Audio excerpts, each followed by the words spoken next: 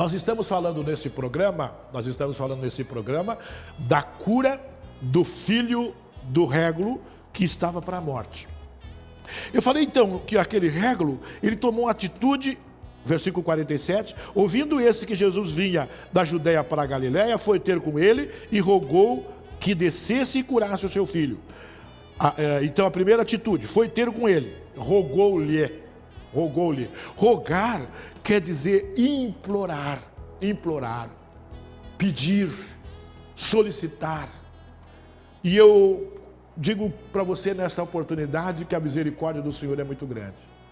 Se você rogar a misericórdia de Deus para o teu problema, seja qual for o teu problema, seja financeiro, seja conjugal, seja material, rogue para Ele.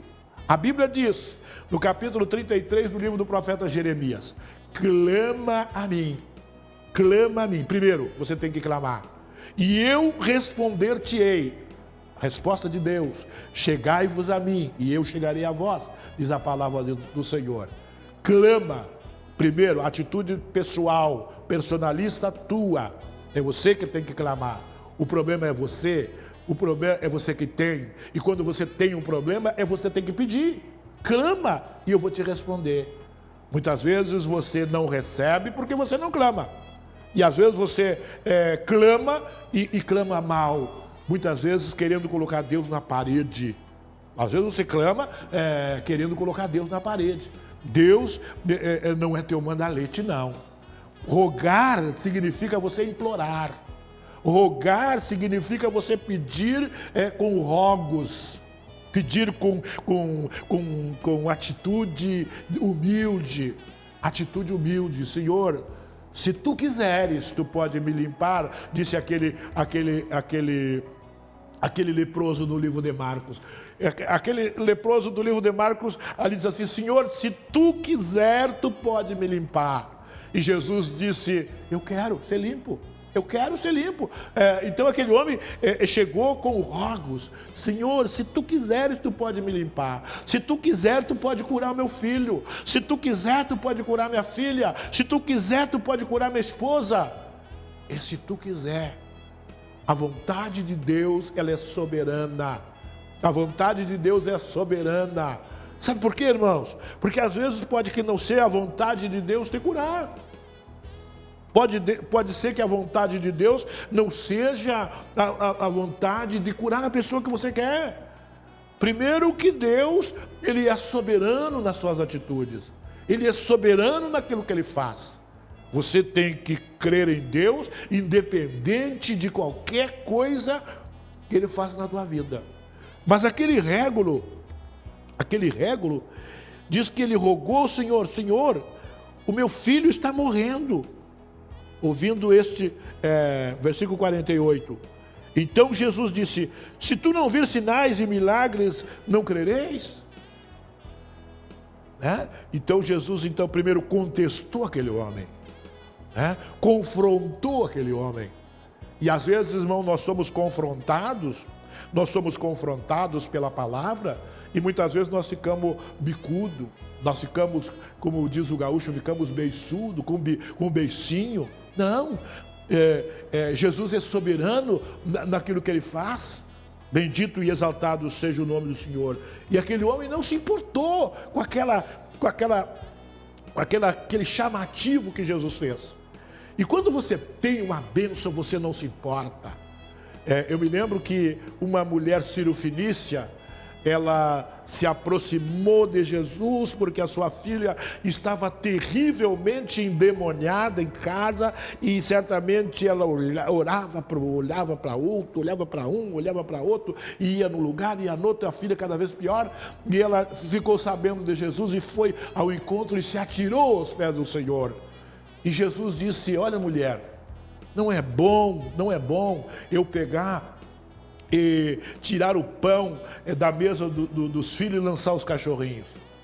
Veja, é uma atitude, nós poderíamos dizer que até uma atitude drástica que Jesus tomou. E aí aquela mulher disse, sim, Senhor, eu sei. Porque ela sabia que Jesus tinha vindo para os judeus, ela era grega cirofenícia, isso é, ela era gentílica. Ela era gentílica e a Bíblia diz, sim, eu sei, Senhor. Mas ela disse assim, também os cachorrinhos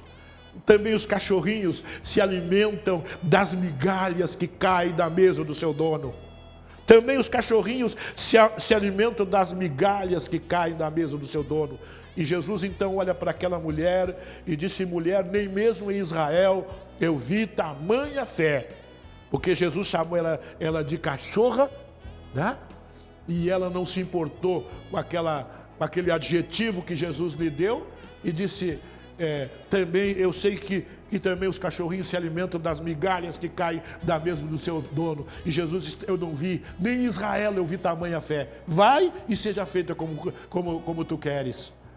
Atitude. Se você não tomar uma atitude, você vai estar sempre mendigando, sempre chorando, sempre te queixando de todas as coisas. Se você não tomar uma atitude, é eu que preciso da bênção, não é as pessoas que me cercam. Às vezes você está desempregado, e eu estava falando há poucos dias que uma vez, logo que eu cheguei aqui em Novo Hamburgo, eu fui atender um culto ali na Vila Kipling, e uma irmã disse, pastor, ora por mim, porque faz 2 anos que eu estou desempregado. 2 anos que eu estou batendo de um lado para outro, caminhando, entregando o currículo, e eu não consigo emprego. Eu digo, eu vou orar pela senhora se a senhora crê. Ela disse, eu creio, então eu vou orar pela senhora. Porque ela tomou atitude. Não fui eu que fui pedir para orar por ela. Ela que veio pedir para me orar por ela. E aí eu orei por ela, e no outro dia, eu passei na congregação e novamente conversei com ela. Ela disse, pastor, eu arrumei um emprego. Depois da oração, eu arrumei um emprego. E pasme, o emprego estava do lado da casa dela. Uma firma de calçados, do lado da casa dela, ela arrumou um emprego sem precisar de pagar passagem, sem desperdiçar o tempo de sono, caminhando, mas ela foi abençoada porque teve uma atitude. Este régulo aqui, ele disse, Jesus fez confrontou ele, contestou ele, e aquele homem não se importou com o que Jesus disse. Ele disse no versículo 49, disse o oficial, Senhor, desce antes que meu filho morra. Então o importante para aquele homem era a vida do seu filho.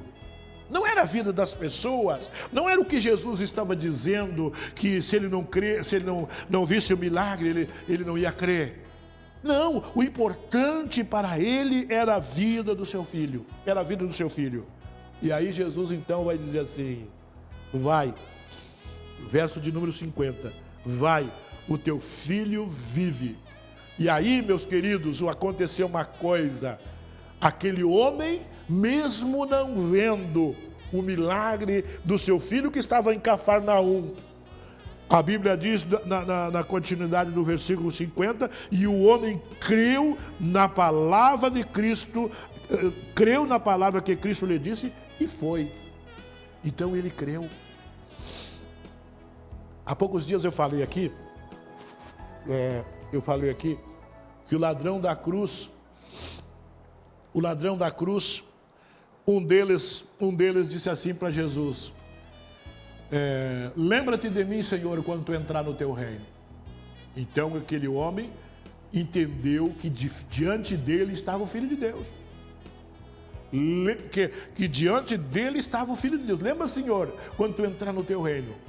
E ele entendeu que aquele homem que estava sendo crucificado ali na cruz com ele, que estava pagando os pecados dele por ser ladrão, era o Filho de Deus. E o outro dizia assim, se tu és o Filho de Deus, desça da cruz, salva-te a ti mesmo e salva-te a nós. Então, ele não creu. E quando a pessoa não crê, não adianta. Ele não crê, porque primeiro ele tem que ver alguma coisa para crer. A bênção do Senhor é diferente daquilo que você imagina. A bênção do Senhor, você primeiro tem que crer para depois você ver. Olha o que acontece com esse régulo. Disse Jesus, vai, o teu filho vive. E o homem creu na palavra que Jesus tinha lhe dito e foi embora. E quando ele vai indo embora para sua casa, ele encontra os seus criados, e os seus criados é que vão dizer para ele que ele foi atingido com a bênção do Senhor. Mas ele já tinha crido. Ele já tinha crido. Independente dele ver, ele já tinha crido para depois ver. Muitas vezes você não recebe porque primeiro você quer ver para depois crer. Para depois crer. O segredo para você receber a tua bênção é você crer para depois ver. A Bíblia diz que aquele homem creu na palavra que Cristo tinha lhe dito e foi-se. E descendo, eles logo saíram ao seu encontro, seu servo, e lhe anunciaram: o teu filho vive. E aí ele perguntou: a que hora se achava melhor? E eles disseram: às 7 horas a febre o deixou. Então ele vai olhar o seu relógio, certamente, ou vai chegar na sua casa, quem sabe era uma ampulheta, não tinha relógio, ele vai olhar e vai ver assim, mas era exatamente a hora que Jesus lhe disse: vai, o teu filho vive. Porque as bênçãos de Deus, elas estão condicionadas a horário. A bênção do Senhor, ela está condicionada a tempo. A tempo. Todas as coisas espirituais, elas estão condicionadas a tempo. Eu estava lendo há poucos dias, perdão, a chamada de Isaías. Isaías, no capítulo 6, diz assim, em versículo 1: e vi o Senhor sentado num alto e sublime trono. A primeira visão que Isaías teve de Deus, ele viu o Senhor sentado no trono. Em que época, pastor? No ano em que morreu o rei Uzias. No ano em que morreu o rei Uzias, ele diz: eu vi o Senhor. Quando é que morreu o rei Uzias? Eu não sei, mas foi num ano. E naquele ano que morreu o rei Uzias, é que Deus chama a Isaías. Condicionada a tempo. Eu vi o Senhor sentado num alto e sublime trono. Que Deus te abençoe. Que Deus te dê da sua graça. Qual é o teu problema? Qual é a tua necessidade? É um problema com o teu filho? Teu filho está na droga, na prostituição, a tua filha está na prostituição? Às vezes você se apavora. Tem gente que se apavora. Às vezes a filha está na prostituição, ele se apavora. Pensa que é o fim do mundo. Eu me lembro também quando a pessoa descobre que o filho é homossexual. E aí ela pensa assim, mas é o fim do mundo? Não, irmão.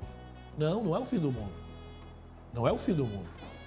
Você entrega a tua vida para o Senhor, entrega o teu problema para Deus. É Deus que pode solucionar o teu problema. Pode ser até que o médico, pode ser que o psiquiatra não consiga solucionar o teu problema. Pode ser que ninguém consiga solucionar o teu problema. Agora, se você, como este homem aqui, desce, Senhor, desce antes que meu filho morra. Desce. E o problema está a vida do meu filho que está em jogo. O problema é a vida do meu filho que está em jogo. Desce, Senhor. E aí Jesus disse: vai, o teu filho vive. E aquele homem creu na palavra e foi-se embora. Creu antes de ver. O segredo é você crer antes de você ver o milagre na tua vida. Oramos. Senhor Deus e Pai, em nome de Jesus, o teu amado Filho, nós estamos falando, Pai, milagre que tu fez, que aconteceu quando tu, no teu ministério terreno. Pai, nesse momento, estou orando pelo nosso amigo, pela nossa amiga, que está amargurada, que está triste, que está desanimado, desesperançado de todas as coisas, mas que eles possam tomar uma atitude e chegar diante de Ti, porque chegando diante de Ti, a certeza do milagre, no nome de Jesus. Amém. Volte a nos sintonizar os próximos programas, querendo o Senhor. Até lá, saudamos a todos com a paz do Senhor.